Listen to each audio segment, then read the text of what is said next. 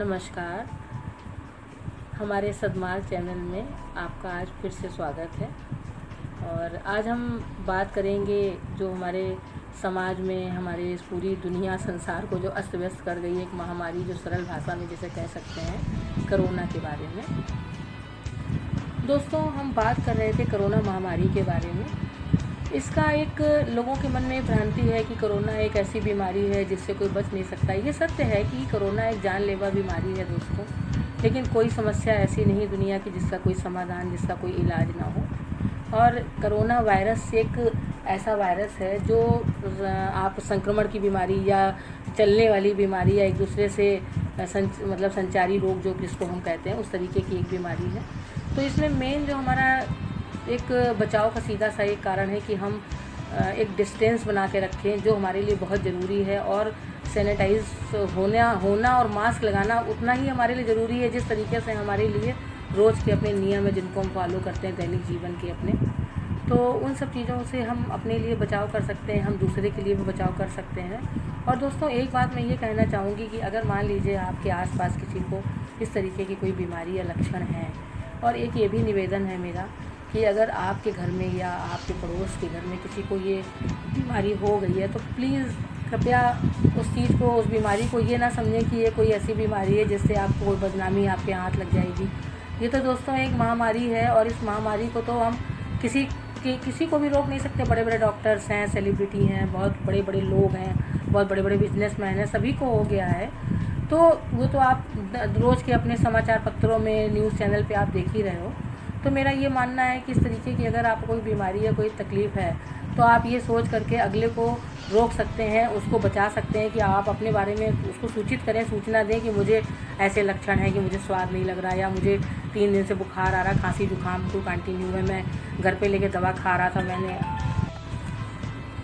तो हम बात कर रहे थे कोरोना वायरस के बारे में कि अगर हमारे आसपास किसी को, या हमें स्वयं को, या हमारे मिलने वाले को, तो उनसे हमारा ये निवेदन है कि अगर आपको इस तरीके के लक्षण अपने अंदर या अपने किसी मित्र के अंदर समझ में आ रहे हो, तो कृपया उस चीज़ को छिपाएं नहीं। और उससे छिपाने से आप छिपा रहे हैं, मान लीजिए कल को और भी दूसरे लोगों को ये दिक्कत हो सकती है, क्योंकि आपके आसपास सब हर तरीके के लोग रहते हैं, बच्चे हैं, छोटे हैं, बुजुर्ग लोग हैं। तो इस चीज़ को छिपाना इसलिए नहीं चाहिए कि हर समस्या का समाधान है। और हमें लगता है कि हम बताने के साथ ज़्यादा अच्छे तरीके से, क्योंकि एक टेंशन हमारे दिमाग से ये भी कम होगा कि मैं तो मान लीजिए हो गया संक्रमित, लेकिन मैंने किसी 4 को बचाया। तो ये एक हमारे जीवन को और ऊपर तक ले जाने के लिए ये बात बहुत काफ़ी है कि हमें जीवंत करेगी कि हमने चलिए किसी के लिए अच्छा काम किया। और मैं वैक्सीन के बारे में जो लोगों को भ्रांतियाँ हैं, मैं उस पर आपको बताना चाहूँगी कि कोरोना वायरस की जो ये वैक्सीन आई है, उसके लिए कृपया आप सब लोग डरें नहीं। और वो वैक्सीन लगवाना हर आदमी के लिए ज़रूरी है। अभी जैसे कि एक दशक ये चला था कि पहले सीनियर सिटीजन 60 की ईयर वालों को लगेगा, तो उस तरीके से भी हुआ, लोगों ने लगवाया है। तो वैक्सीन का एक सीधा सा ये है सिद्धांत की वैक्सीन इसलिए लगाई जा रही है कि जो हमारे एंटीबॉडीज़ होते हैं, वो हमारे शरीर में जो बनने हैं, या जो हमारी इम्यूनिटी सिस्टम में जो रोगों से लड़ने की प्रतिरोधक क्षमता जो कमज़ोर है, तो उसको बूस्टर का काम करेगी वैक्सीन ये।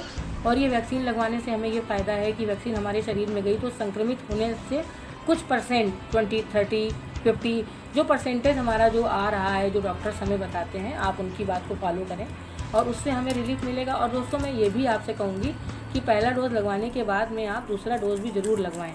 और अगर रजिस्ट्रेशन जैसे आप सुनते आ रहे हैं कि ऑनलाइन रजिस्ट्रेशन हो रहा है, तो अगर ऑनलाइन रजिस्ट्रेशन नहीं हो पा रहा है, कोरोना से संबंधित कोई जानकारी आपको चाहिए, तो आप टोल फ्री नंबर है 1075, उस पर बात कर सकते हैं। उस पर बात करने के बाद में आप रजिस्ट्रेशन के बारे में, कोविड-19 वैक्सीनेशन के बारे में और भी इस तरीके की जो जानकारियाँ हैं वो आपको लाइन पर सब मिलेंगी। सारी चीज़ें वहाँ पे उपलब्ध हैं। और मैंने स्वयं भी वैक्सीन लगवाई है। और वैक्सीन लगवाने के बाद में जिस कार्ड पे जो तारीख आपको देते हैं, तो आप ये कोशिश करिए कि जो वैक्सीन आपने लगवाई है, तो रजिस्ट्रेशन के नाम पे आपको ये लगता है कि हम ऑनलाइन नहीं करा सकते, ऐसा नहीं है दोस्तों। 1075 पर फ़ोन करके कोविड-19 टीकाकरण और कोविन सॉफ्टवेयर से जुड़ी कोई भी बात आप पूछ सकते हैं। और अगर आप ऑनलाइन अपॉइंटमेंट नहीं ले सकते हैं, तो आपके पास एक और विकल्प है कि आप अपने पास के जो वैक्सीन के सेंटर हैं, जो आपके स्वास्थ्य केंद्र हैं, वहाँ पर भी सीमित संख्या में ऑन स्पॉट रजिस्ट्रेशन करके भी वो वैक्सीनेशन कर रहे हैं। तो आप वहाँ जाएं, वहाँ जा कर के भी दोस्तों 2 तरीके की वैक्सीन है, कोवैक्सीन या कोविशील्ड। दोनों ही इफ़ेक्टिव हैं, दोनों ही असरकारक हैं। और जिस सेंटर पे कोविशील्ड लग रही है या जिस पे कोवैक्सीन लग रही है, तो कोशिश और प्रयास यही रहे कि उसी सेंटर पे या कहीं भी आप अगर लगवाते हैं तो उसी की दूसरी डोज़ लें। ऐसा ना करें कि पहली आपने कोविशील्ड ली और फिर सेकंड में कोवैक्सीन आपने जा कर के वहाँ पर लगवाई, या इस तरीके का कोई वो ना करें।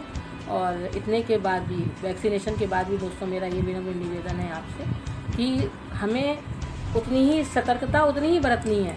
मास्क, सैनिटाइज़र और सोशल डिस्टेंसिंग का प्रयोग ज़रूर करें, जो हमारे लिए सबसे ज़्यादा ज़रूरी है।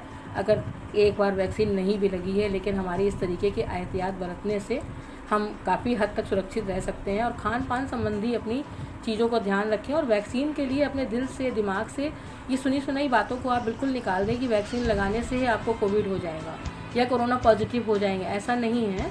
वो इसलिए केवल आपको वैक्सीन लगाई जा रही है कि 3 करोड़ लोग दोस्तों लगवा चुके हैं हमारे देश में। अगर आप वैक्सीन लगवाएंगे तो आपके जो एंटीबॉडीज़ हैं उनको वो बनाएंगे, और उससे वैक्सीनेशन के उस प्रभाव से जो आपके अंदर जो वैक्सीन का जो दवा या जो भी आप समझ सकते हैं कि जो चीज़ आपके शरीर में एंटीबॉडीज़ बना रही है, तो वो आपकी प्रतिरोधक क्षमता को लड़ने के लिए एक बूस्टर का काम करेगी और आपके इम्यूनिटी पावर को और बढ़ाएगी, और इससे आपको खतरा 92% तक कम हो जाएगा। तो दोस्तों, चलते चलते मैं आपसे यही एक निवेदन करूँगी कि वैक्सीनेशन को लेकर के ये भ्रांतियाँ दूर करें, और आप स्वयं भी वैक्सीनेशन के लिए जाएं और अपना आधार कार्ड लेकर के जा करके अपने पास के सेंटर में लगवाएं, और आपके जो संबंधित लोग हैं उनको भी जागरूक करें वैक्सीनेशन के लिए। और इसी के साथ बहुत बहुत धन्यवाद, और बस सुरक्षित रहें।